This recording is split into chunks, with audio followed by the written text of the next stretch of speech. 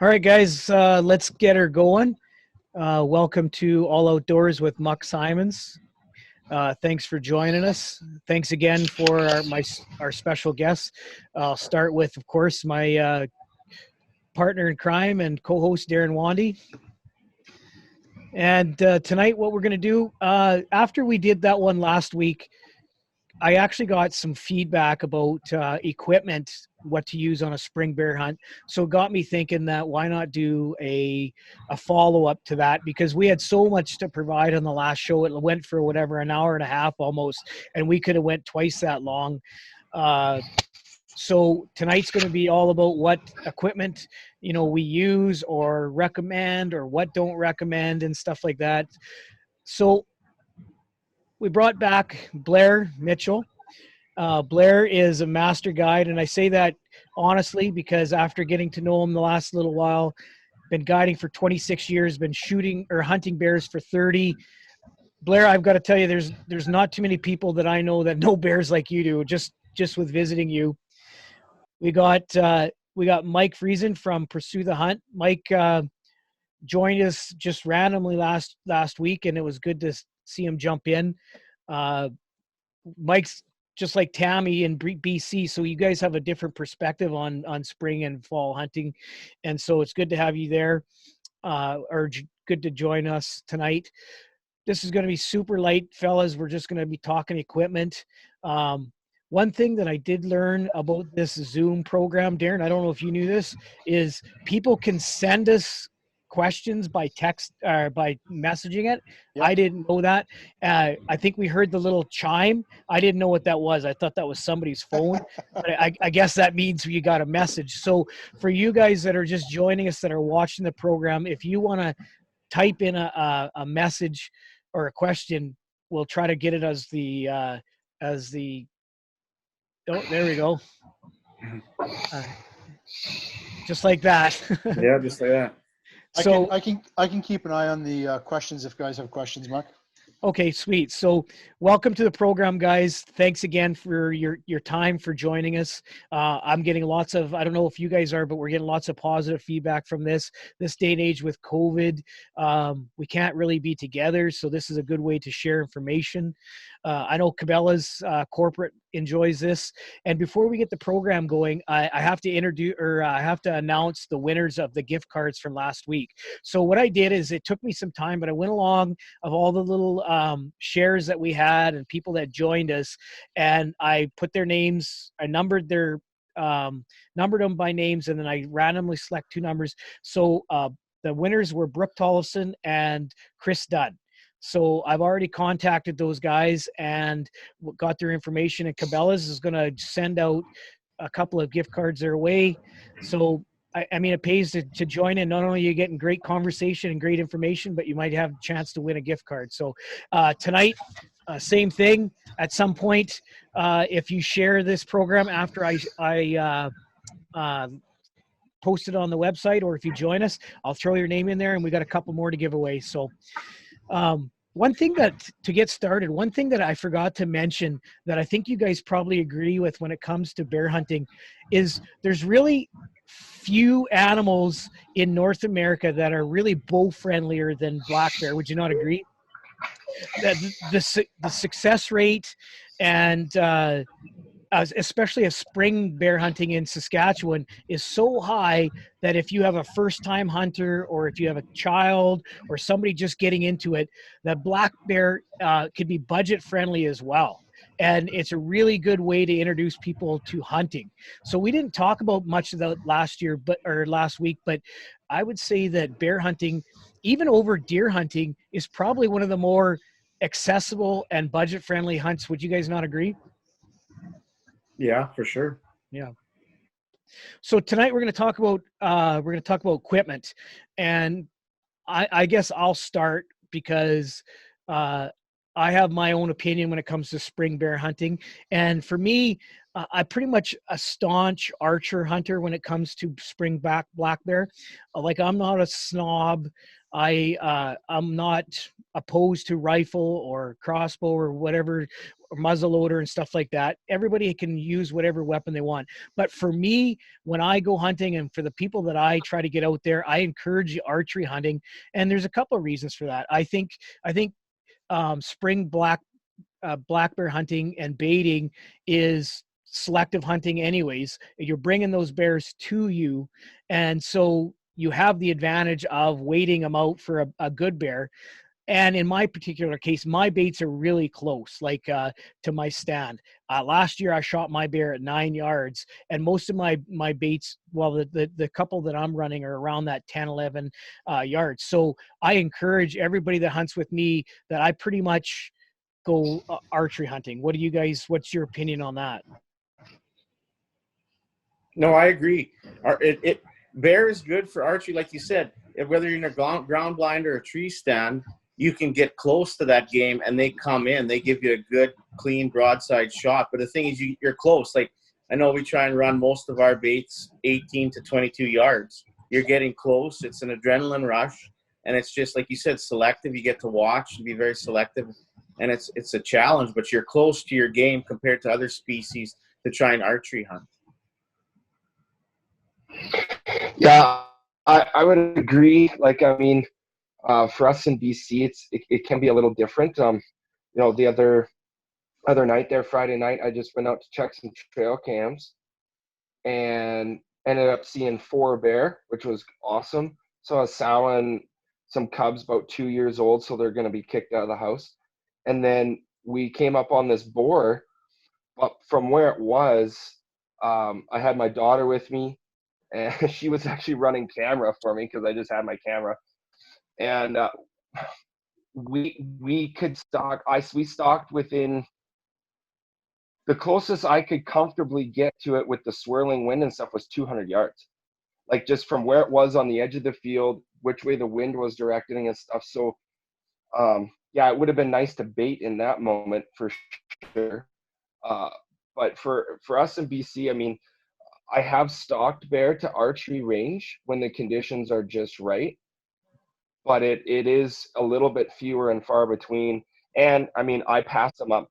I thought he was a little bit too small. At 14th, he'll look pretty big, but it's pretty early in the season. But yeah, it's definitely.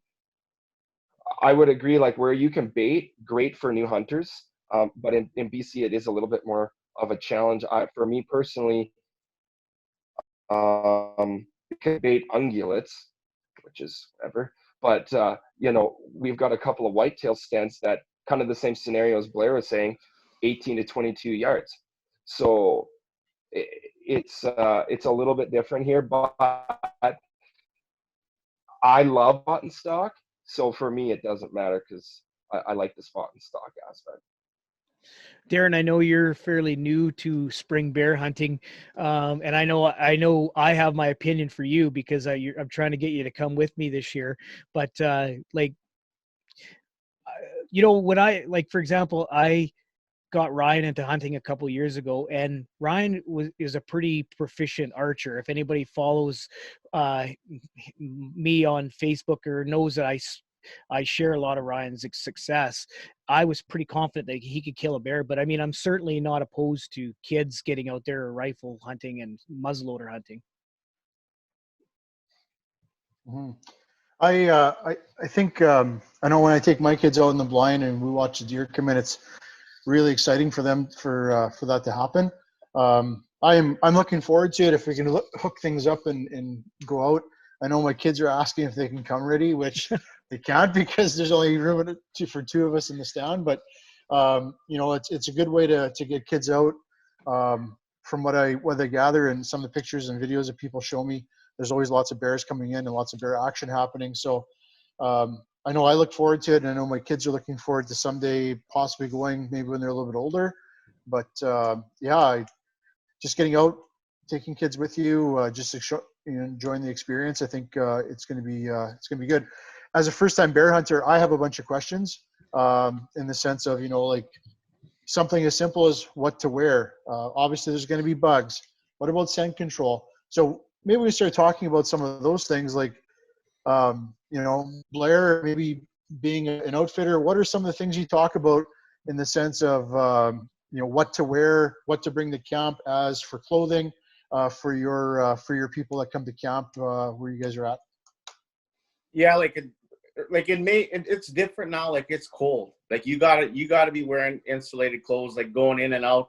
Like coming to pick hunters up in the evening, it gets pretty cold. So you want to be layered up. I mean, now you're going to be wearing underwear and that because it's cold. It's a cold May. But later on, like I said, layering works the best. So you can take stuff off if you're getting warm.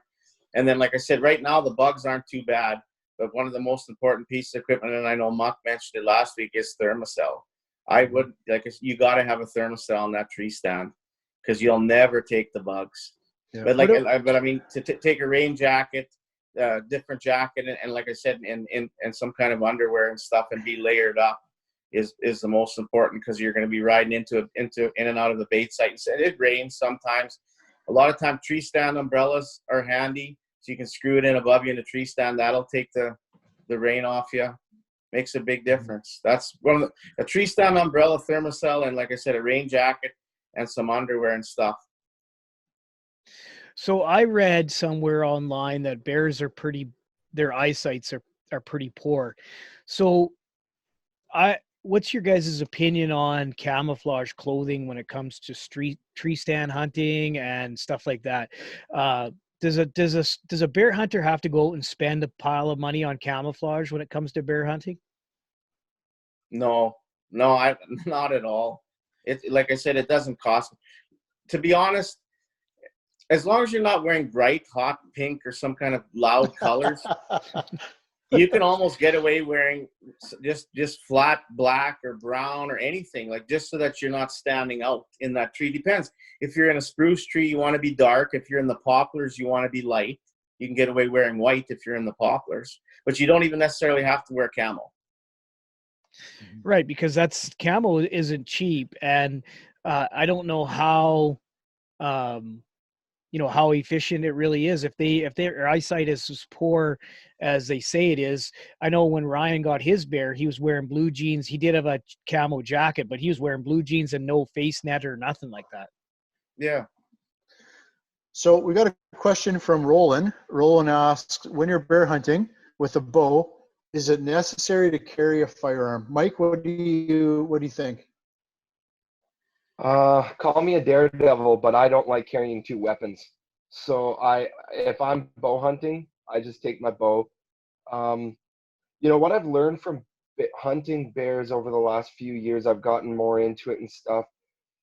And I had opportunity to hunt in Alberta over a bait stand, which really opened my eyes to bear behavior. And because it's just like sharks, like, oh man, bear is gonna kill everybody, right? And for a first time hunter who may be a little bit uneasy with the predator hunt, I would say just relax. They're more scared of you, in my opinion, than you are of them. I mean, unless you come up with a sow with cubs, you want to be aware of that. But I've never felt scared walking in with my bow hunting bear. And same thing when we were in the tree stand. We didn't have a gun with us, and one tried to climb the stand, kind of check us out. But they're just curious. They're docile. They don't really like to be bothered. For me, like in my opinion. So no, I don't carry a secondary weapon. I even when I take my daughters out with me, I often don't. If I bring a bow and they trust me, and and going back to that scent, eyesight, scent control stuff, I really just watch my wind. That to me is the most important aspect. So I try to not creep up on a black bear, or I do try to creep up on them, but I watch where my ridge lines are and stuff, so that I try to spot them before they spot me. And you're usually in good shape. So yeah, if I'm bow hunting, So Blair, I'm going to turn that question over to you, and then we're going to talk a little bit about scent afterwards. But as being a guide in a camp, do the people that come to your camp carry a firearm? Do you guys carry a firearm? How does it look at your situation? Actually, no, we don't. We don't carry firearms, and we've never had a hunter want to take a second weapon either. I mean, it's personal choice. I know some people, like residents, that'll go bow hunting and they'll take a pistol grip shotgun for backup, but it's like a safety issue maybe. But you know what? As long as you respect that animal, I mean, you don't need to take a second weapon. Like Mike was saying, they're docile. They're normally 99.9%. They don't. They're scared of humans. They don't want to be around humans. You don't got nothing to worry about. Like he said, just the sow situation with cubs sometimes and that. But normally, no, we don't take a weapon. And actually, as foolish as I don't like to say this, a lot of times we don't take a weapon tracking or we forget it. But Mike, what about walking to your bait, putting bait in the barrel, stuff like? I think that's where the average hunter, maybe a guide like you that's done it so many thousands of times, but I think the average hunter that's just getting into it, I think that's where walking into their stand and walking out, I think that's where it's a mindset. And I think you're right. I think it's a comfort thing. But is it not possible to be chased off a bait? That's for you, Blair. Oh no, for sure. A lot of times, like later on, you won't see sows and cubs off like the little newborns right away. Like you'll see them later on in May and into June. They'll start coming into the bait sites and early. And a lot of times when we're baiting in the middle of the day, I can't get into the barrel. The sow will not let me come to the barrel to bait it. I try and I back right off because she gets mad. She starts snapping her teeth at me. But they'll block a bait site off for you to bait. And I've had them come in while I'm baiting, but normally I just throw a stick at them or something. But I do carry pepper spray on the quad when I'm baiting, but I've had them walk in lots when I'm baiting. They'll come up to 5-6 yards, but normally you can chase them off quite easily. It's just when they're at the bait site already feeding, when you come into bait is where you get that issue. They'll block, they won't let you come in. And I've had to turn around numerous times. I just leave the bait. I don't want to mess around with that sow and newborns. You don't. But I understand what you're saying. It's a comfort thing, like you said. Normally, when I'm hunting, when you're hunting by yourself, you park your bike half a mile, 3/4 of a mile back, and you're walking in. If you're walking in by yourself in the daylight, not so much of an issue. But when you're coming out in the dark, and if you got 10, 20 bears around you in the dark, and you got to walk out with a bow, it can get hairy sometimes. And I could see where you'd maybe want to have a shotgun for backup. With the shotgun, are they carrying a slug? Is a slug a preferred choice, or is it a shotgun with a shotgun shell? Well, buckshot. I think buckshot's better than a slug because it opens up and sprays numerous pellets. A slug is just a single projectile, so it's not as accurate or as deadly, I think, if you got into that type of situation. Okay. So, kind of backtracking to the beginning there, fellas, and I know we're kind of all over the place, but that's good because that's what we want to cover. If you're a bow hunter, and which I am, I run my bow around 60 pounds. But what's your I mean, we don't have to get into brands because everybody's different when it comes to brands, but what's kind of your opinion on poundage of your bow, your kind of arrows, and we can get into broadheads a little later too. But what's your opinion on bows? Like I'm comfortable with the 60-pound bow. I mean, for me, I've really gotten more into bow hunting than rifle hunting, so I'm trying to tune things. And I need something that I can pull back and hold comfortably. My thing is always been accuracy over power. And as far as guns go, for just a brief second, like I just shoot a 270. That's the only gun I shoot, right? And I've had 300 Win Mags and all that, but going back to the bow, well, mine is an elite, and the reason I like that is for the back wall, and that's when you're at full draw, and my let off is so great that I can hold draw for up to a minute, and if I have to, I prefer not to, but I like a higher let off, just so that I can make sure that I'm making a good shot. And as far as arrows go, I shoot the Kill and Sticks arrows, and I've always shot the micro. I like the nano arrows. The reason being is I'll show you why. I brought a little show and tell. So as you can see here, my field tip is slightly wider than my shaft diameter. And I like that because I find that I get way better penetration, because that actually opens it up more so that there's less drag on the shaft going through the animal, and I get much, much better penetration. Like, I only shoot a 420 gearing arrow. I can pass through a lot of animals because the wound channel that it opens up doesn't drag along the arrow shaft and allows it to pass through. So I like the micro diameter arrows for that reason, because for me, like I said, shot placement and penetration far outweigh the power of the bow, in my opinion. Yeah, I couldn't agree with you more. So, would you say, Blair, with you guys, more archery than every other weapon? Oh yeah, no, we do majority bow hunters. Actually, there's getting to be more and more crossbow guys. I find too. We're getting more crossbow hunters, but majority are archery and crossbow and the rifle. But as far as poundage, yeah, 60 pounds to me, like even 45, 50 pounds, you can get away killing a bear with. That's more than enough. But like Mike was saying, like that's exactly you want. What you don't realize when you get in that tree stand, if you're a first time bear hunter, I mean, if you got big pounders like 75, 80 pounds, which you don't need, it gets tough to pull back. If you start getting excited and start shaking, that big poundage makes a difference. Yeah, You don't realize it.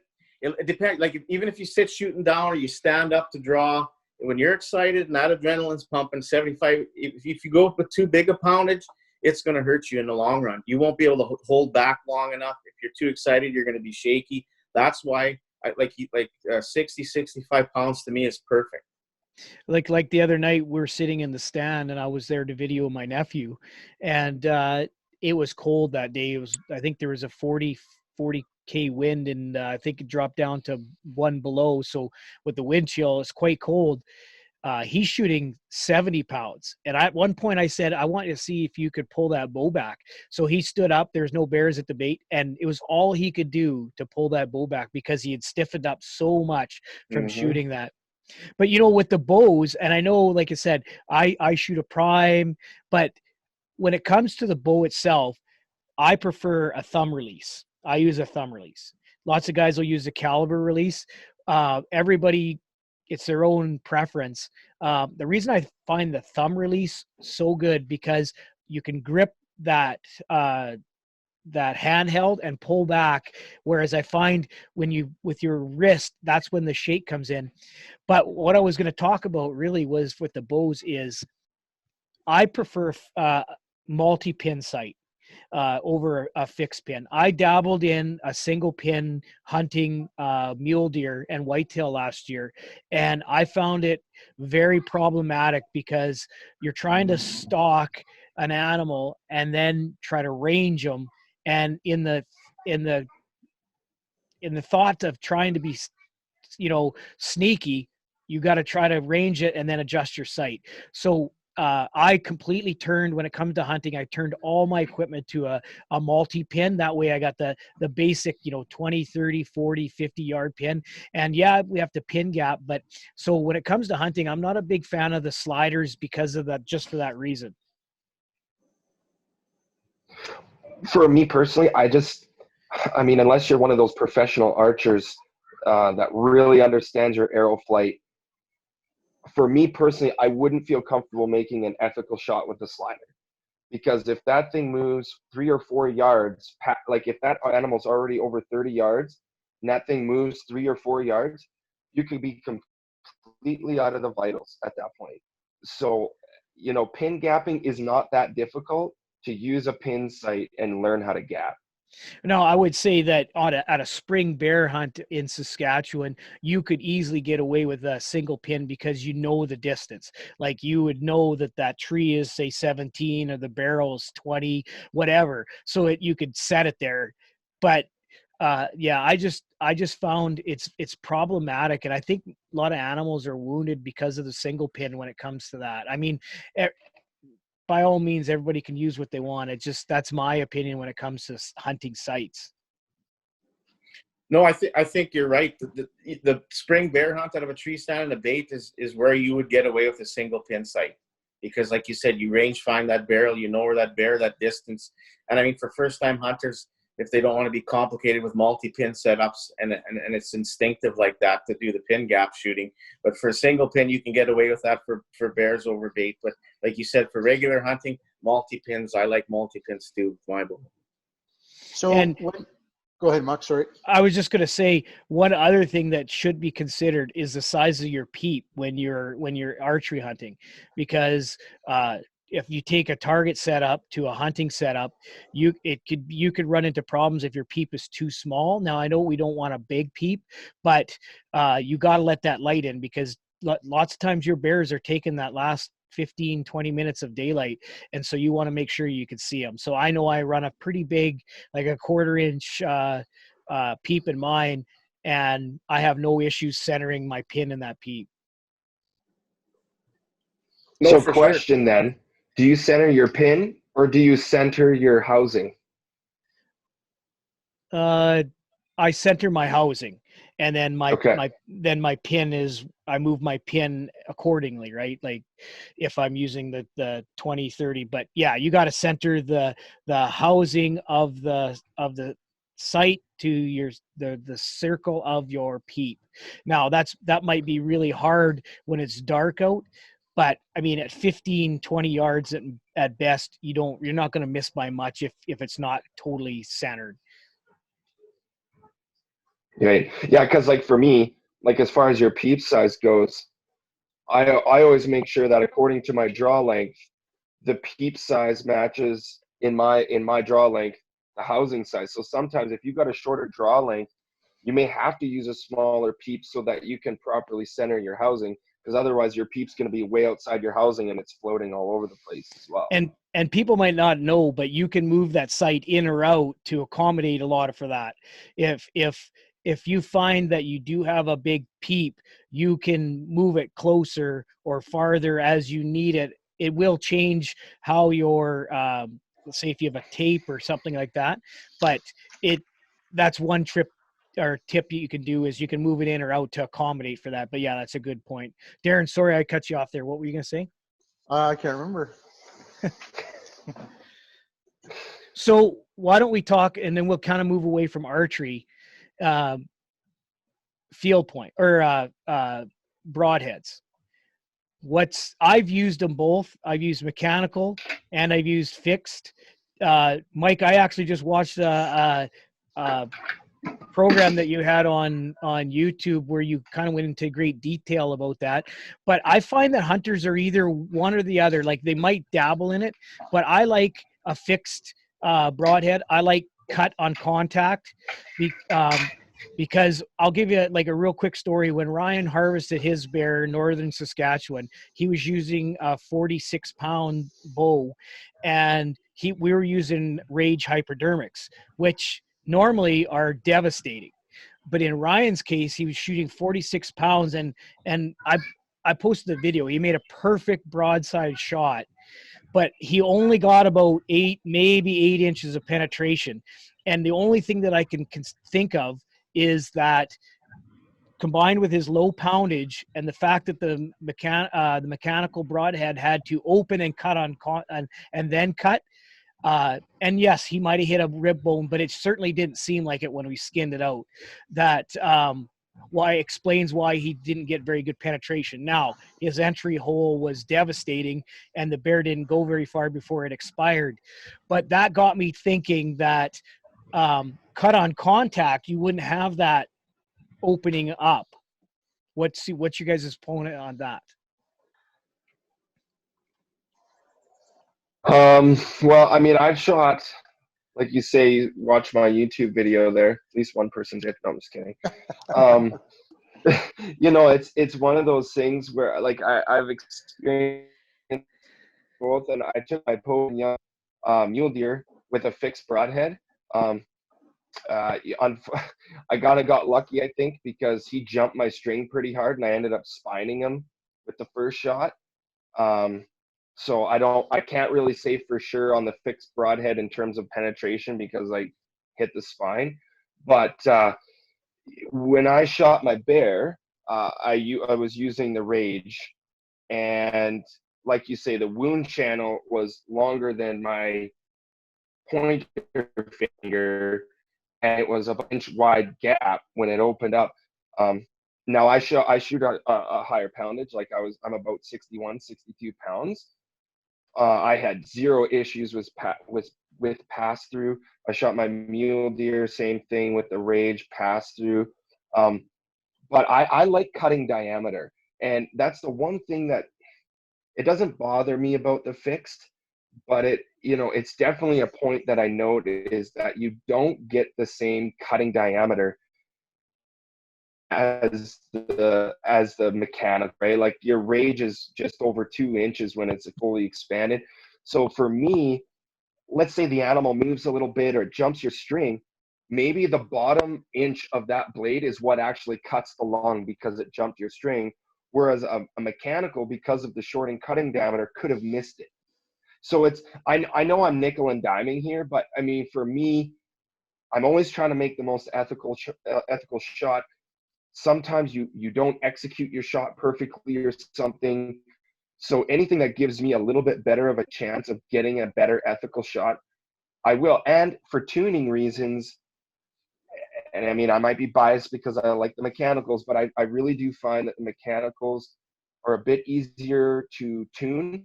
I know for my fixed blades, I had to move sight quite a bit to get them to start grouping, whereas mechanicals, maybe a little bit of windage with the way that they spun, but that was about it. So for tuning and ethical reasons, I prefer the larger cutting diameter of a mechanical. I don't know if people understand that the way a broadhead works in an animal is unlike a rifle, where a combination of the impact or the temporary wound channel combined with the bullet mushrooming or going in and causing trauma. With archery, it basically comes down to the animal expires by blood loss, and it loses blood pressure and basically passes out. That's when it comes to archery, that's what happens in a nutshell.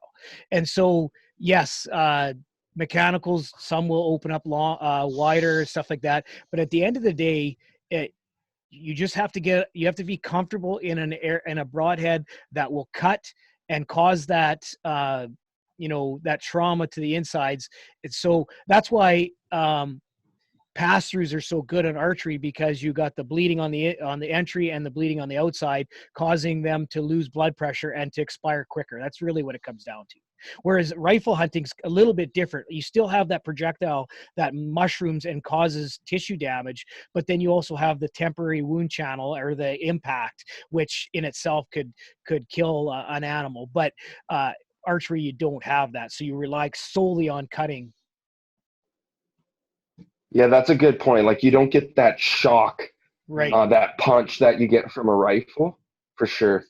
Like if you ever got a few minutes, you can Google what happens to an animal or ballistic gel in slow motion. Like for example, a 300 caliber firearm will cause a temporary wound channel the size of a basketball. And you take that wound channel over top of the vitals of an animal, and that's why they can't sustain life, is because it basically compressed their organs, as well as combined with the bullet mushrooming and doing what it's doing. And so yeah, archery is simply cut on contact. And it really, you guys said this last week, Blair and Mike, you both said this. At the end of the day, it comes down to a good shot, and that comes back to the hunter. I mean, Yeah. everybody can kill. You could kill any animal with a good ethical shot, and that's really what it comes down to. Yeah, like, and from an outfitter standpoint, personally, I shoot an expandable. It's a sever. It's like there used to be an expandable. I like expandables with a back blade. The Ulmer Edge used to have a back blade, so if you didn't get the pass through, if it's stuck in there, it would still cut if it didn't open up because it had a back blade, Ulmer Edge. But they discontinued it and they went to this sever, but it still don't have a back blade on it. But that's a personal. But on an outfitting standpoint, because I see 40, 50 bear hunters a year, and we track a lot of wounded game. 95% of our wounded animals are to expandables. And I would say 80% of those broadheads are rage. But the thing is, when you're dealing with hunters coming into camp from the States, I mean, you got to trust what they're coming up with, that they've practiced and tuned and everything. You just got to believe in them. But a lot of times, I think for some guys, they get excited about the big thing, about the diameter, about the cut. Oh yeah, I got to shoot these expandables. It's a big cut. And I don't know if they practice enough with it or not. But it's just like, for bears, I find it's different. The hair and the fat compared to other broadheads, like with an expandable, like about a micro diameter arrow is that's a very good idea that a lot of people probably don't realize. But with expandables, I think when the issue with them not deploying properly, I think a lot has to do with the length of the bear. So much bear hair and bear fat compared to elk and deer with that thin hair and that thin skin. It's not, the hair isn't as long and as thick to penetrate. So I think sometimes expandables have an issue on bears when it's not the perfect shot. Because like I said, I see it on a grander scale, like with 1,000 bears recovered and lots of archery kills, lots of wounds, and we find, and I mean, a lot of guys mess up with an expandable, and because of the cut, we do recover because it's further back. But I mean, for some reason, like in a lot of outfitting camps, will ban expandables, and a lot of camps won't let guys shoot rage. I mean, we don't have those rules at our camp, but every year, and I don't know, it's just because it's a larger scale. As a personal hunter, it don't bother me, but just from an outfitting standpoint, because you're dealing with a larger scale of hunters making those shots, and you don't know what happens in the tree stand because you're not there with them when they take that shot. So and I mean, a lot of them video it. We look at the video, it looks like a perfect shot, and I mean, we've had guys shoot and lose them, and then the next time they'll shoot in the same spot with the same broadhead, and it'll be dead within 35 yards. I don't know what happens. If that blade doesn't deploy, or what actually happens, or as it's spinning and it turns, it's cutting a certain way where it doesn't get enough tissue damage, or doesn't get enough blood vessels, or cuts arteries. I don't know. It's weird. It's just that I see it on a grander scale, and a lot of outfitters wouldn't recommend expandables on bears for some reason. I mean, that's just because we see it on a larger scale. Personally, my own hunting choice, it doesn't bother me at all. I've used them successfully. Well, it seems like I said a few minutes ago, if you shoot expandables, you like them. If you shoot fixed blades, you're sort of a snob, because and I know people dabble in both of them, but I find that if you're one or the other, and meaning if you're a fixed blade, you're hell bent on those aren't going to open up, and you're overly cautious about it. I've tried them both. I just like the cut on contact. Last year with my bear, I used a mechanical, and my arrow didn't pass through, but completely, but my broadhead passed through, so it stuck out on the other side. And I mean, I couldn't complain about that. It was awesome. But I just have to go back to what happened with Ryan. And while yes, he got the lungs, it was very close to not recovering that bear because of the fact that I don't think it opened up correctly. One last thing on archery, and that's a good point. Like, sorry, go ahead, Mike. oh, sorry, Mike. I was just going to mention, just like blade design, I would agree with you that like with a fixed blade and you have a triangular design like that, I think the blades are stronger. Like, I mean, I took average mule deer this last year. I nicked the rib going as it passed through, as it was spinning, and it bent the tip of the rage. They don't have that triangular shape to give them strength. It bent the blade. Whereas what I found with the fixed is that triangular on impact, it pushes against the backside of that blade, like the angle part versus the backside, and it holds up better when it's puncturing bone and stuff. So if you're looking for the strength of the broadhead, I would probably argue that the fixed blade is stronger, just because it's not out as far and it has that triangular shape. Blair, you could probably answer this best, and this is my personal thing, is I'm pretty much, if you're hunting with me, I always say that you should have a lighted knock, because of the fact that almost everybody has their videos out now and stuff like that. Not necessarily, But what it does give you, and especially for bears, it gives you that confidence of either a good shot or a bad shot. What is your opinion on? Like, I won't shoot anything unless it has a lighted knock. Oh no, for sure. Lighted knock's the way to go. Like you said, the confidence of seeing your arrow in flight, seeing it bury through on that bear, and when it comes out, you know what I mean? And actually, a safety issue too. A lot of times, if you don't have lighted knocks, you lose that arrow with a broadhead on it. Next time somebody goes in there, we've had where someone couldn't find the arrow and stepped on the broadhead, cut his foot. And I mean, at least with the lighted knock, you got a good chance in the dark you can find your arrow. But like I said, it's the confidence of seeing that arrow in flight to know you made that good shot, that perfect shot. And most guys videotape, and then you can see where they hit. Right. But yeah, lighted knocks are definitely the way to go, for sure. Do you Darren, have what a do you got? recommended brand? I use nocturnals myself. Yeah, I've never had them Luminox. fail me. Yeah, Luminox. Like, there's lots of good brands out there for lighted knocks. I just recently, for my micros, picked up the kit that nocturnals have. And that was something that was a bit of a beef with lighted knocks, is as you change sizes of arrows, they didn't necessarily fit. Well, you can buy these nocturnals now. They have the shim kits that can go from your X's or right up to your other sizes. So I'm fancy them, but anything will work. No, for sure. Darren, what do you got? I'm got some questions about scent control. Obviously, we talked about bear sight, so we're thinking hearing and the nose is probably the two of the senses that they're going to be the best in. Obviously, the elongated snout, anything with elongated snout is going to have a good scent, scent zone. So when we're talking about scent and hiding or disguising, what are some tips? I know there's different mechanical type things a person can do. You can do some stuff with washing clothes. What are some things scent-wise that are recommended for bear hunters, and or is it a big thing? No, scent control is a big thing. A lot of guys use the scents like dead downwind, any kind of a scent killer. They'll run it on their clothes, or they'll wash their clothes with scent killer soaps. Like, there's a lot of different scents. Bears are a big thing with scent. Bears always know you're in that tree stand. They'll be those big record book borers 2 miles away. They're circling. They know you're there. And I mean, we do everything possible. You can run ozonics and stuff in bad winds. It's just what triggers that bear's stomach to want to come in and feed. That's all it is. And it scents like we tried.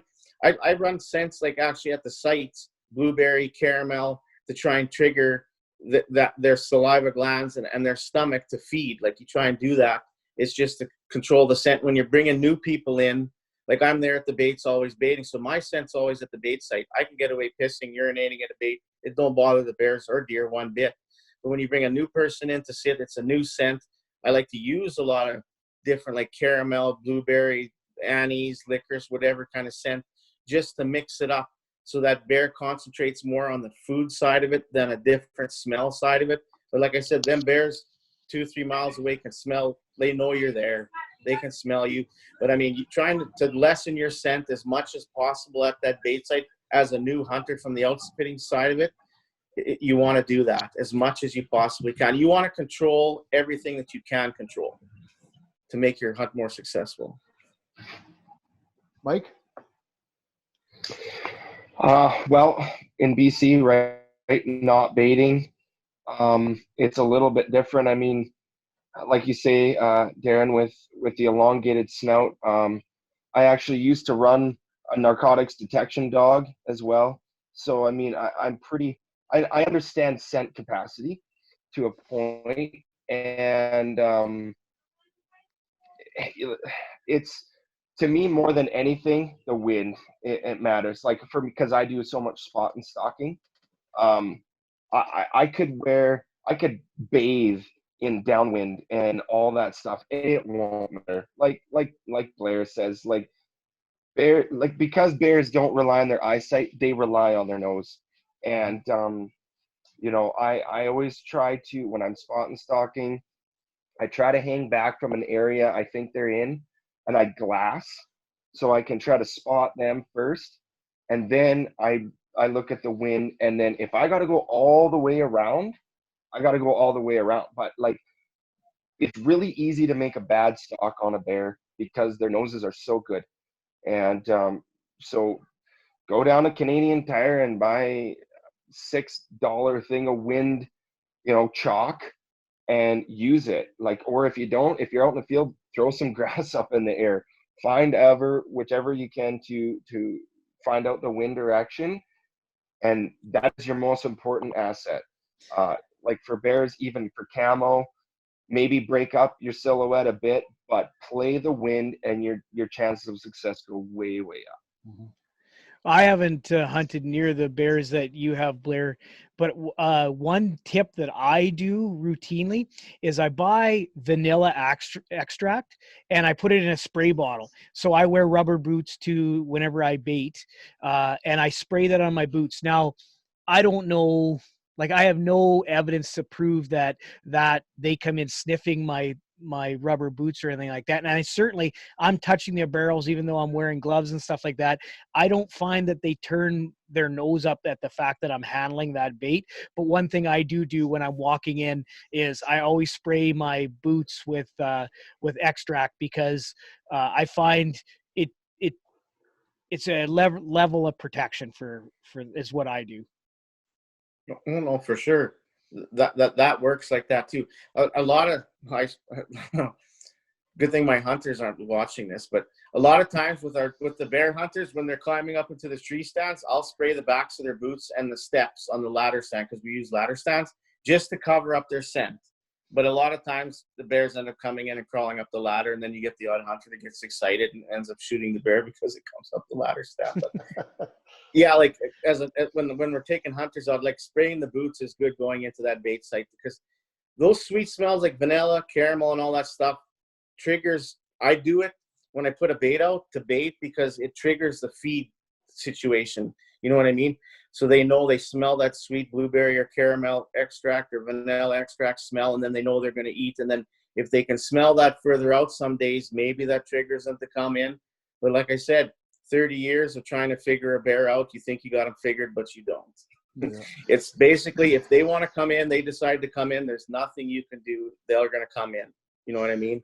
We try everything possible to try and forego that quicker, but it's difficult. I mean, we've had big record book boars come in on bad winds on guys like you wouldn't expect it. It's just when they decide to come and feed, they're going to come and feed. Well, I'm definitely not a sponsored anything. So when kind of getting into bow hunting and setting up a blind, sometimes you only have a certain day that you can go. In my profession, that's how it works. You're coaching, got kids. You're only sneak out there at the end of the day after school and get out there. So I've learned over the last number of years, even though the wind might be not in the right situation. A couple of funny stories is, when you first started, and it's kind of that, August when deer season has started, you kind of get in there and the bugs are flying around, you're kind of getting warm and sweating in that tent.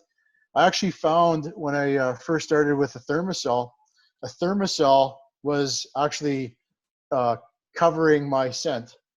And you got a couple thermocells going, and they're still sniffing and blowing and pawing, but it's almost like they couldn't figure it out, and they're circling, and the wind was definitely not in my favor, and they still came into the bait.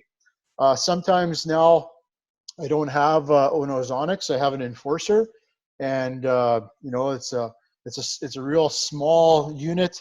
I am sold on that enforcer now, and I actually run my enforcer with my thermocell, and I've had deer put their snout right into my blind and smell, and I should have been busted way before that. So definitely scent control, disguising your scent, even with a product like nose jammer, seems to work. Just being able to throw that off, especially if you got kids in the tent that might be making a little bit of noise, and that's not in your favor.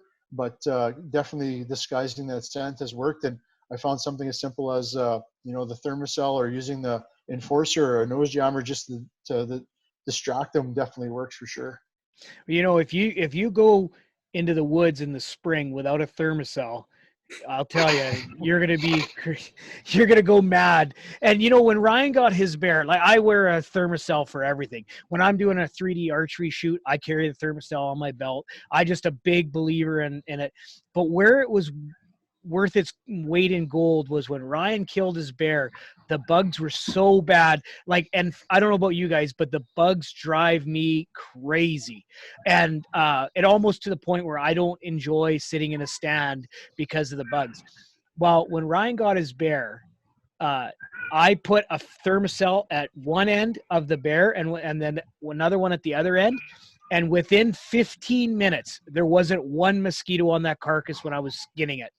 And it went from being like almost inhaling the mosquitoes to having none. Like you don't have to sell me on a thermocell. Mm-hmm. No, they're worth their weight in gold.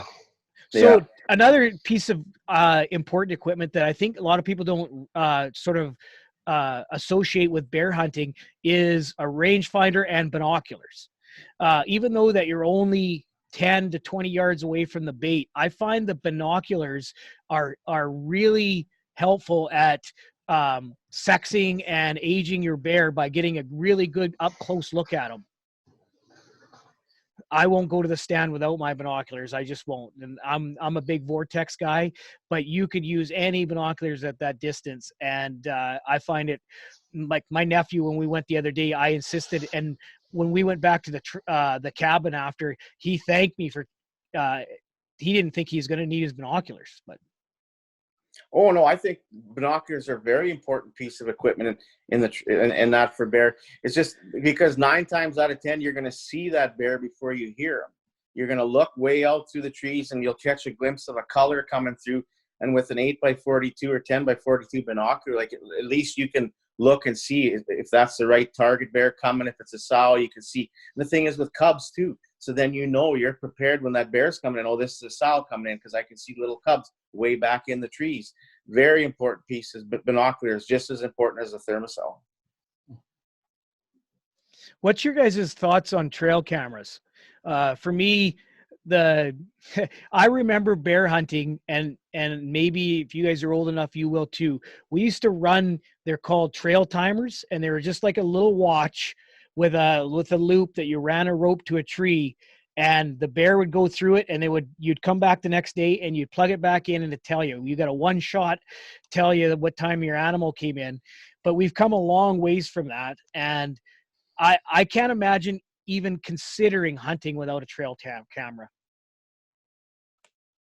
Yeah, cameras are probably the most important piece of equipment for outfitting nowadays for whitetail and bear. Like you said, the things I noticed with the trail cameras too is bears, how much of an all-day feeder they are in the early morning feed. Like they feed 24/7. You didn't realize that, like when we had those trail timers with springs, it was just a one-time deal. Oh, yeah, something crossed here at 7:28 to the bait, so you go and make sure you're sitting before 7:28 that evening.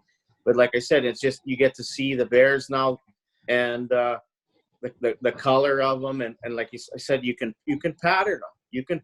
That camera tells a story. I got OCD when it comes to the cameras and cards. I got to have my cameras working. They got to be taking pictures. But I mean, that camera tells a story that will increase your success 110%. I can tell what that bear wants to eat. It tells me what he likes to feed on. It tells me when he's coming. It tells me when he's following a sow. If I see that sow, he's not in the picture, but I know he's there because there'll be a picture of her, then a minute later him, then another one of her, 2 minutes later him. So I know he's on her. You know what I mean? He's at that bait site. He's not, but it tells a story for deer, for any kind of game, elk, but bear. It's the most important piece of equipment for an outfitter in Saskatchewan running baits is that camera. And Blair, another thing that I found with trail cameras that was really hard to do early on was now you can manage and plan your day, because like for example last year that big boar that I got he was a 5 a.m. feeder, so I would sneak in the dark, but if it wasn't for the trail camera and for knowing that he was there, I waited. I didn't shoot any other bear until he came in, and that was on the last night. But I could manage my bear because I was like, no, I'm not going to shoot that 300 pounder because I know that big guy's there. Yeah, he may never not come in when I'm there, but you can at least manage it. I know the deer is the same way, so that's what I like about it. Yeah, it makes you become a more efficient hunter in that Yeah. respect, in regard. Like you watch the bears, you pattern them, like you said, your targets. And for an outfitter, like I said, having target animals at every bait site, and then when the hunters come into camp, they choose. One guy wants to shoot a colored bear. This guy likes this bear, so we match them up to the bear they want or the deer they want. You know what I mean? And it makes it a lot easier. It's a more efficient way, for sure. So the advent of cellular cameras like Spy Point has their Link series of cameras as well, has really made trail cameras just to a different level. And the reason I say that is it's almost an addiction. When I'm running a deer camera in cell service, I get the stuff sent to me 3 or 6 times a day, all the different pictures, and I can't wait to see that. So the advent of cellular cameras is amazing. The technology they're doing, and of course, like where my baits are, there's no cell service, and there's no need to have the extra cellular cameras out there. But when it comes to trail cameras, please get yourself some kind of a bear proof box. Last year, I went up north. Cabela's didn't have a box to fit my camera, brand new Spy Point camera, a $260 camera. I had an old mole tree hanging on the tree that I was just using until I could get my Spy Points up there, and they never touched it for 2 weeks. I hung that Spy Point on in the evening when I went in there, but I came back at 4:30 in the morning. It was gone. They just didn't wreck it. They took it. And and I stayed in the stand till 9 in the morning that day. And if it wasn't for the sun going up, I could see down the trail. It was glimmering. So not only did they tear it off the tree, they took it about 30 yards and they got it open somehow. They're And taking selfies with it. They did. I got a couple pictures of the bear's face and of the sky, but they wrecked the LCDs in it, and they wrecked the night, whatever, the little probe things Infrared. in there. Yeah, they wrecked the infrareds on it, so it was no good. But that only lasted 6 hours. So please get yourself some kind of a bear proof box. But yeah, I wouldn't put a camera out without a box, period. But I'll tell you what, cow elk are just as bad on cameras as bears are. Like I said, I won't put a camera out at all ever now, because elk are just as bad. Them elk will smash your camera if it's not in a box. Another thing, here's another good tip that hopefully people can take from trail cameras is my experience is always have them facing north. And it has everything to do with the way the sun and in the afternoon and in the evening is. If you have them facing west, you're going to run into those late day pictures that aren't very good. If you have them facing south, you're going to have the midday sun. So I find if they're facing north, you don't run into that problem. What's your opinion, guys? Yeah, no, for Well, sure. now I can't direct people to my YouTube channel because that's what I talked about on my trail cam video. So thanks, Mark.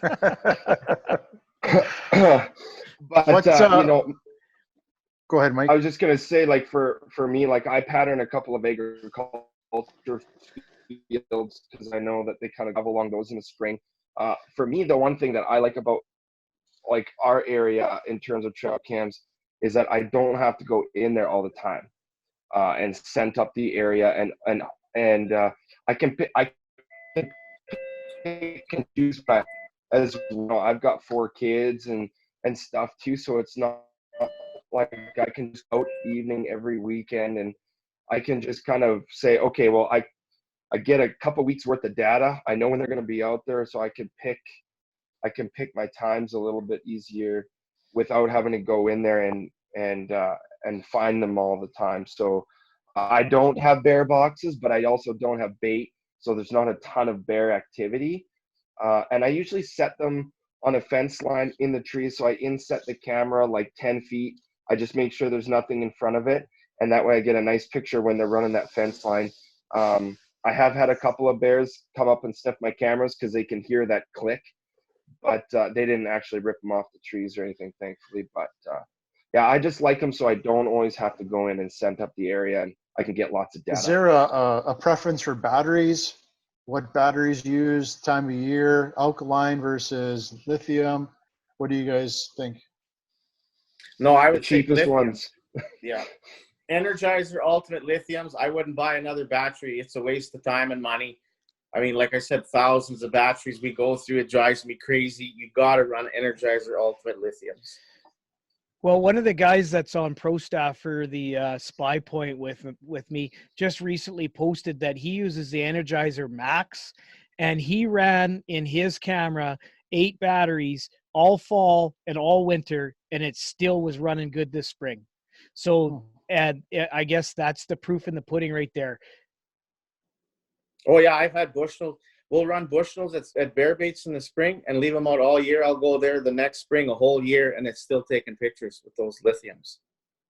But another big thing with the batteries too, and carry a battery tester with you. Lots of times those cells, 1 or 2 batteries go down and you'll replace all 8. You don't have to. This will save you hundreds of dollars in batteries, because 9 times out of 10, it's just 1 or 2 cells that are down, and you just got to throw 1 battery in there and it's good to go. It'll save you lots of money. My battery tester just came in the mail, so I'm looking forward to that. Hey, Blair, here's a question about trail cameras and bears. How do you field judge a bear from a trail camera? Because I know a lot of people say the bears are bigger on the camera than they truly are. So when you pull your cards, how do you field judge your bears roughly to say that's a good bear, that's a small bear? Well, basically from just like using the barrel. Like that's why when we set the cameras up, we set them at that barrel, and then we can gauge them. We use the same 45-gallon drums at all the bait sites, but we point that camera at that direction, and you basically just have to compare them to that barrel in the camera. No, like you say, they're bigger on camera. It also depends too on the height of your camera. You got to watch, don't put it too low. The lower your camera is, the bigger that barrel look, or whatever animal you're hunting. You want to bring it up a little higher, like almost to your sternum or in between your waist and sternum, just so that like it doesn't enlarge the picture of the bear. But basically the only thing you can compare them to off a trail camera is that barrel when you're looking at them. That was going to be my next question to you, is I think a lot of people they wrongly install their cameras. Can you give us some ideas of the proper way to install a camera on a tree or something? Because all we've ever done is, and we use them with the bear boxes, is 2 lag bolts. And I mean, you want to make sure where you want to take the picture, because I mean, we fine tune cameras all the time, is you want it you want it level. You want it at the right height, but you want it level. You know what I mean? And straight on the tree. And the simplest thing is just 2 lag bolts with that bear box. And no, but how high? You're saying too low, too high? Well, like I wouldn't go above your waist is perfect height. Anything above your waist is perfect height of those trail cameras, just because the way those bears are at the bait sites with the barrels. I mean, bears normally 40 some inches. You want that camera level with the bear's body. You know what I mean? If you go down too low, those bears will look 200 pounds heavier, kind of thing. But I mean, just to keep it level. And I 10 yards, you know what I mean? I don't like to be too far away. Too, you got to watch where you're putting on your trees, like the distance. I always test when we put the cameras up to make sure I'm getting the barrels and as much background as possible. You know what I mean? And the barrels in the center of the frame, so that you can see all the activity at the bait site. But you don't want to be too far away. You don't want to be too close. I mean, before you leave a bait site, before you go to put your camera up, make sure it's working. Test it with the SD cards. And then when you go to set your bait up, test that and have a viewer. So when you're at your bait, you're done baiting and setting your bait up and everything, make sure that it's working before you leave that bait site. Good tip. So one other thing that's super important when you go into a bear stand is you should bring rain gear. What do you guys think? Nothing worse. I hate being wet. Oh yeah, I hate being 5 hours in a tree stand and one rainstorm comes over and it ruins your whole evening. So I carry myself. I carry the packable stuff. You know that you can. It's just a lightweight shell. That's what I carry. I put it in my backpack, and I won't go anywhere without my packable rain gear. Yeah, good rain gear and a tree stand umbrella. Those little screw-in tree stand umbrellas work awesome. I don't think I've ever used those, but that's a great tip. I think I might have to look into that. Well, a lot of things too. If you're in a big spruce tree and you got all the limbs above, it protects you from a lot of rain, but then you'll get moisture dripping on you. And I remember I learned this lesson years ago is I used to shoot feathers on my veins. Well, the water's dripping from the spruce. I'm not paying attention. It soaked my feathers. I went to take the shot and the arrow flew completely crazy. I mean, you got to watch. Like those tree stand umbrellas, I always use them.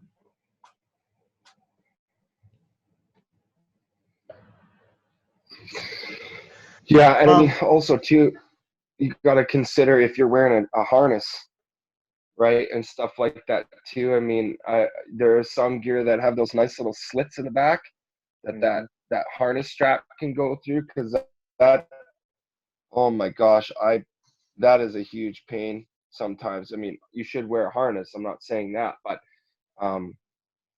it's having that slit or a way to put that on if you have your harness on or something like that. But the tree stand umbrella would definitely eliminate having to put layers on maybe sometimes, especially if it's a hot day and you just get a little rain shower. You don't need to necessarily put another layer on if you have that umbrella.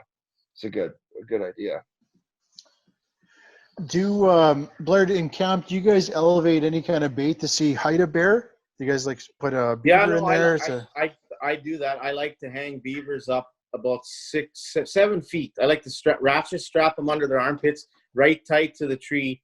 And that's so when that bear comes in and stands up, like I tell him, that's a good 7-foot bear. If he can get his nose onto the bottom of that beaver, like, I mean, it's a good judge, and it's good it's nice for them to see that too. But I do it for a height thing for sure. I always do that, hang beavers up when the hunters come in, a fresh beaver. So, fellas, if you were to, we're gonna wrap it up here pretty soon. But if you were to give 5 things to the people that are going to be watching this when it comes to bear hunting, I'll go by each one of us here, and I'll give what I think is essential 5, and then hopefully, I know we're going to have some overlap, but hopefully, between the 4 of us, we should be able to cover all the stuff that's pretty much essential. So I'll start. So Thermacell, rain gear,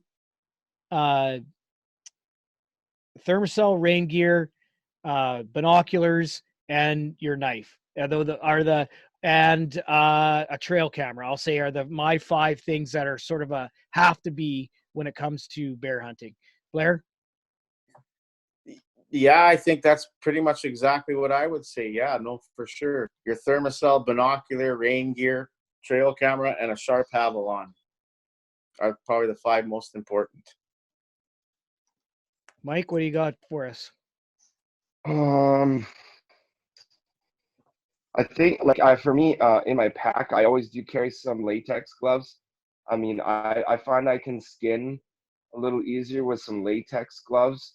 It's not that I don't like getting my hands bloody, but it makes it nicer getting back in the vehicle with your hands aren't bloody. And it also, I don't know, I can just grip things a little bit better, especially if there's lots of blood or, sweat and all that. I like the latex gloves. For me, for spot and stock, I always have a wind checker, for sure.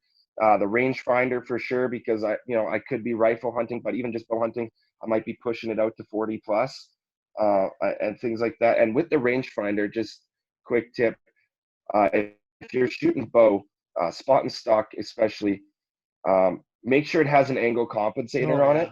100%. Because you have to shoot the horizontal distance. It can be 60 yards down the ridge, but you only have 20 yards of horizontal distance. You have to shoot that bear at 20 yards. You don't shoot it at 60.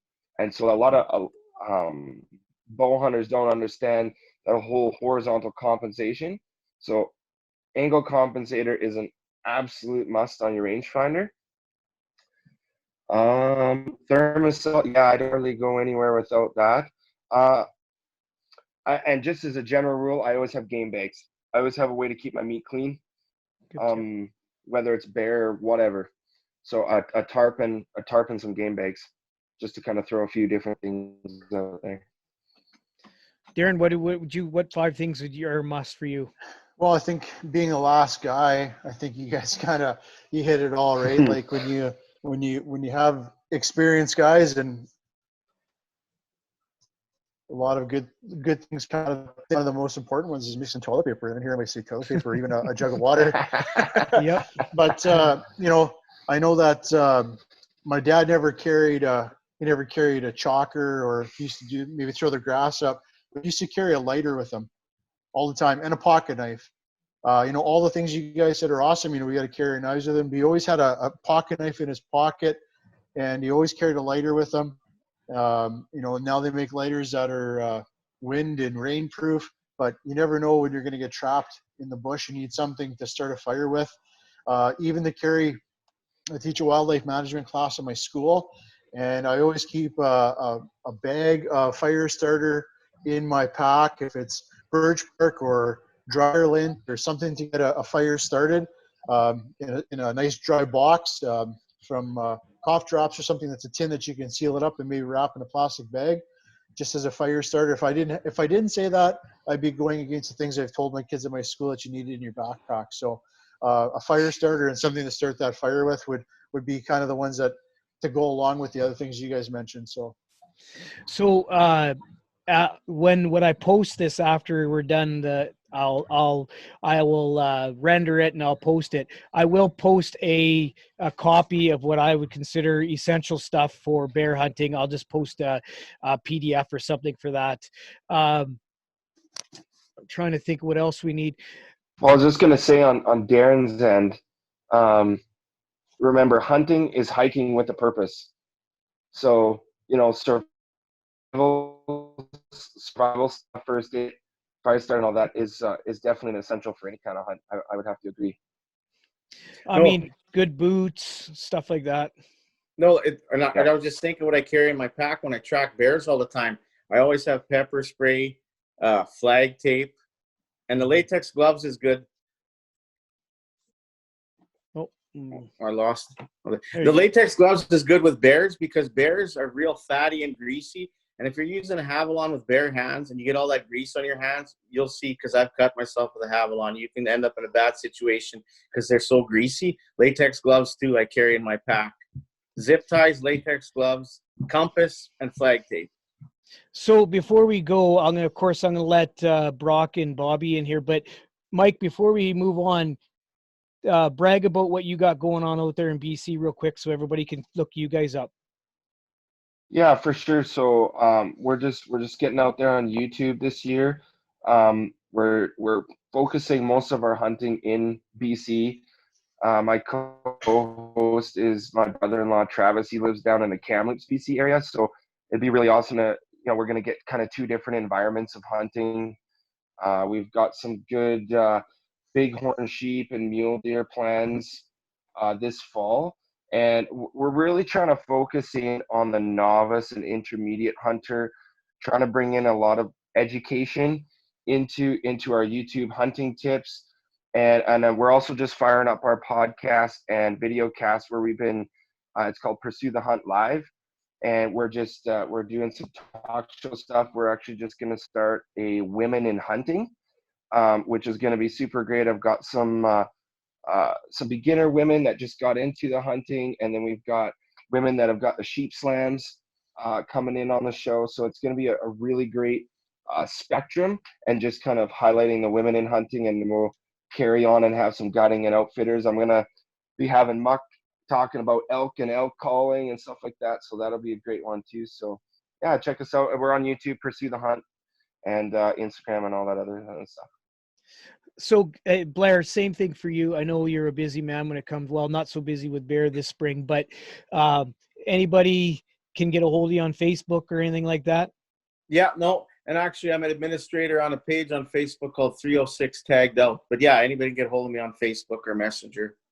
And just like on our first episode, of course, this wouldn't be possible without my good friend Darren, my co-host. I've been bugging him for over a year to do this with us, and it took a virus decimating the country to have him lose his job or to not to be teaching right now to do this. And Darren, I got to say, we're getting so much positive feedback from doing these. I know this is only our third episode, but I know I'm on with Cabela's pro staff, and they reached out to me and said they love what we're doing. So a lot of these people that we have on these programs is because of your contacts with the show. And I know when the show comes back, we're gonna do some live stuff, and we got lots of exciting programs lined up to do, and lots of celebrities to bring on. Yeah, we're just tapping the keg, as they say, with some of our guests right now. There's some extraordinary people that are regular Joes that are just full of knowledge that we can tap into, and we've been talking about some ideas, and I think we have some other things planned that are going to be really interesting that we can definitely bring to the attention of people, and just to have these conversations and learn from one another is some of the best PD or PR that you can do for yourself, and also for learning to become a better outdoorsman. So, right. So now I'm going to, as always, turn to Bobby and Brock, the two guys that joined us. We had lots of people that tried to join and they got kicked out. I don't know why that is today, but as always, you can watch this after on your own time, and you don't have to join us live. But so, Bobby, you're up first. I'm going to unmute you there. If you got anything or any questions about bear hunting, feel free to ask anybody on the panel. Okay. So actually, this is for all of you. What time of year is your favorite for bear hunting? Spring or fall? And also, do both of you, or do any of you keep the meat, or just leave it there once you've harvested the animal and taken the fur? Blair, you're probably the most knowledgeable. You start. I like this time of year when the bears first come out of the den. It's easier to target a larger mature bear, but I like it because there's no mosquitoes. I do. I hate the bugs. I hate June. I don't got to run a thermocell. It's actually not too hot. It's the perfect temperature right now to sit in the tree stand. I like hunting them early like that. And as taking the hide and the meat, I'd rather fall bear to me is better eating. They're not on the bait. They're eating the berries from the summer. They're eating the grass. They're eating the oats in the fall. It's just to me, I like the meat better in the fall. Okay. And what time of year is better for if you want to mount the hide? Is fall better, or summer or spring better?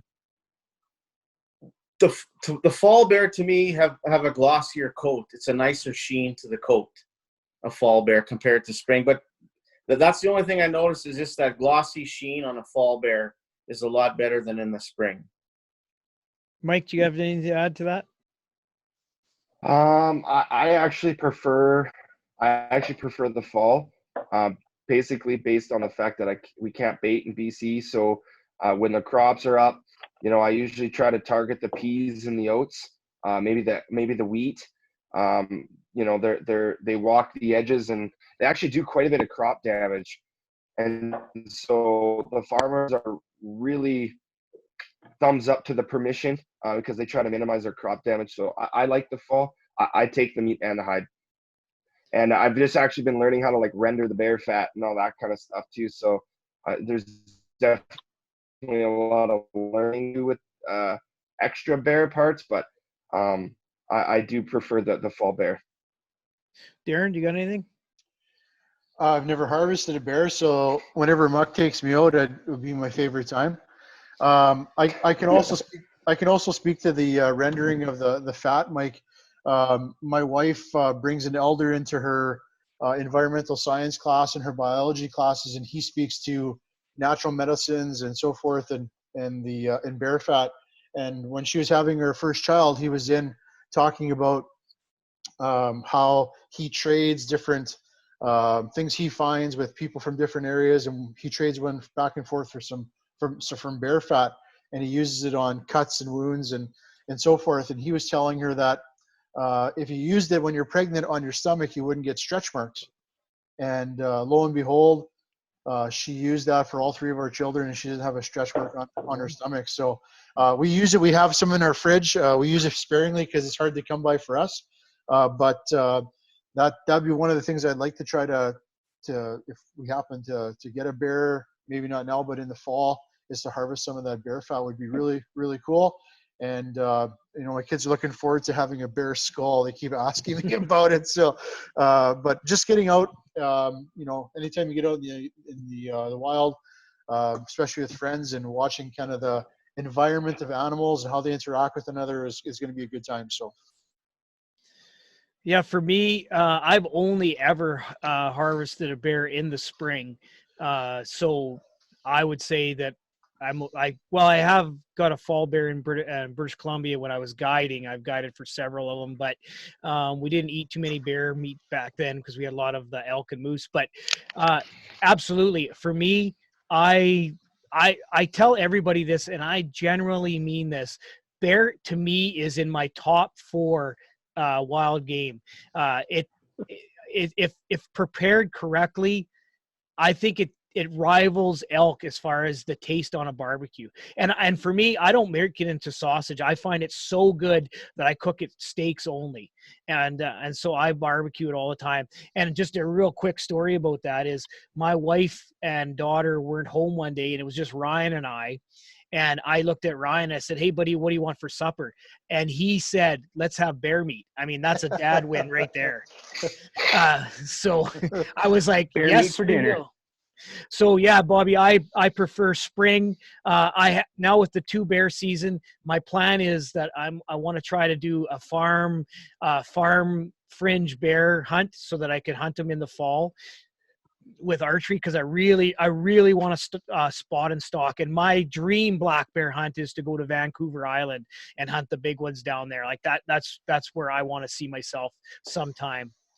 So yeah, thanks for the question, Bobby. Okay, Brock, you're up next.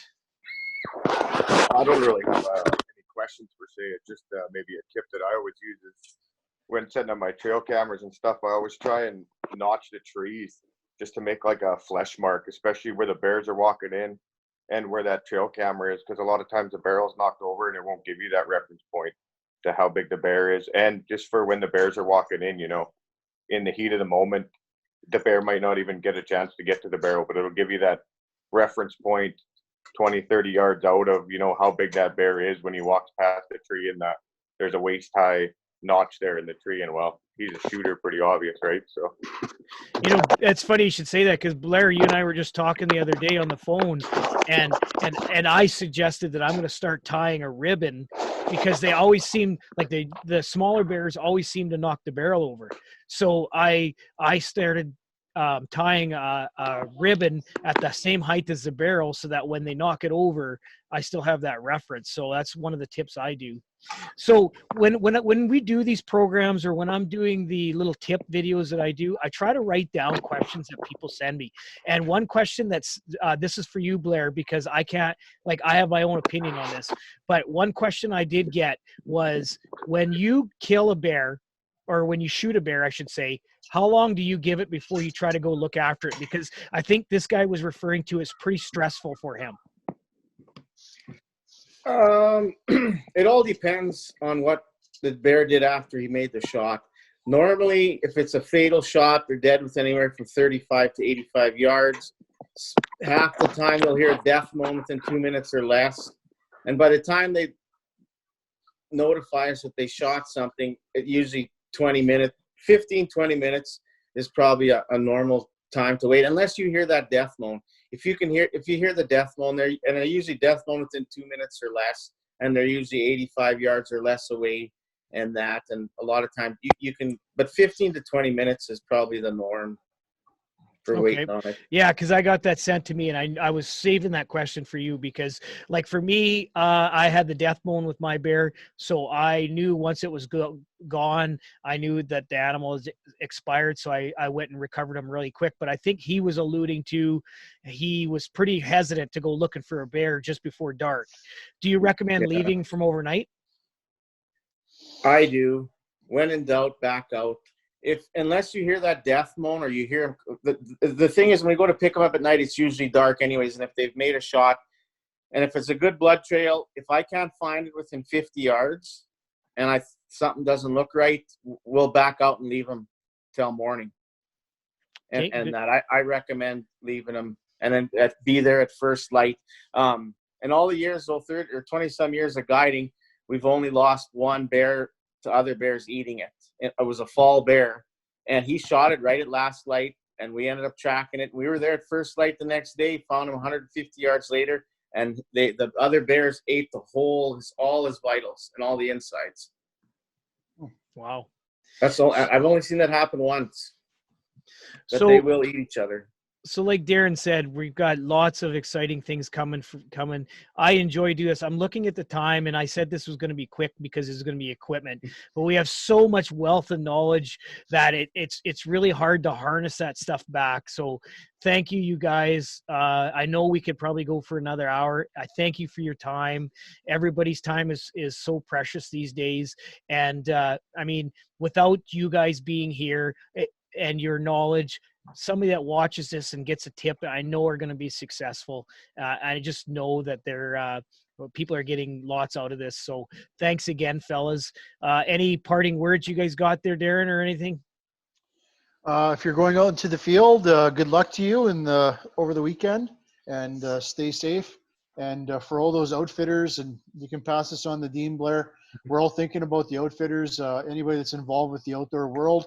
It's a trying time right now. We'll hope that everything gets back to normal. But we are thinking about all the outfitters out there that loss of income. So let's hope that this thing passes and we can get people back into those camps. So Absolutely, that's a great tip. Well, thanks, Mike, for joining us. It's nice to have somebody that's actually doing basically the exact same thing as what we're doing. And I mean, I've watched all your programs, and a lot of the stuff that you're talking, you're sort of regurgitating it because we have a lot of it in common. I mean, that's one thing about sportsmen and hunters in particular. We generally sort of cross the same paths as it goes. So thanks again, Mike, for joining us. I look forward to the elk thing. I mean, if there's anything that I think that I'm somewhat maybe a little bit knowledgeable is elk. So I look forward to that. Blair, as always, man, it's tough that you're not in the bush right now, but it sounds like you're doing your own hunting, right? Yeah, no, I'm finally getting an opportunity to hunt for myself. So I'm looking forward to that. It's been a long time since I've been able to hunt bears in the spring. Yeah, we should. Yeah, May 4th. We're supposed to have hunters in camp on Monday, so I should be in the bush right now. But well, dude, you're going to be my go-to for bear, unfortunately. So I appreciate you doing it. And Brock and Bobby, thanks for sitting through this. I hope you guys got something from it. Once again, after I post this for everybody that watches it, if you share the link, I will include you, and hopefully you can win one of these gift cards. It's from Cabela's Corporate. It comes right from them, guys. They truly believe in what we're doing.